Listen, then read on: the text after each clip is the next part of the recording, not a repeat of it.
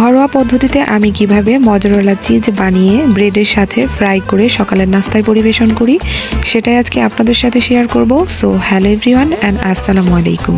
বাজারে কেনা চিজগুলো কিন্তু অনেক প্রাইজি আর পরিমাণেও অনেকটা কম থাকে, তাই এভাবে যদি ঘরোয়া পদ্ধতিতে চিজ বানিয়ে যে কোনো খাবারে ব্যবহার করা যায় তাহলে কিন্তু অনেকটাই সাশ্রয়ী হবে। এই চিজ বানানোর জন্য আমি প্রথমে হাফ লিটার পরিমাণে দুধ নিয়ে নিয়েছি। চুলাটাকে অন করে দিয়েছি। দুধ আমি এখন 2 মিনিটের মতো জাল করে নিচ্ছি। দুধ বেশি পরিমাণে গরম করা যাবে না, তাহলে কিন্তু ছানা কেটে যাবে।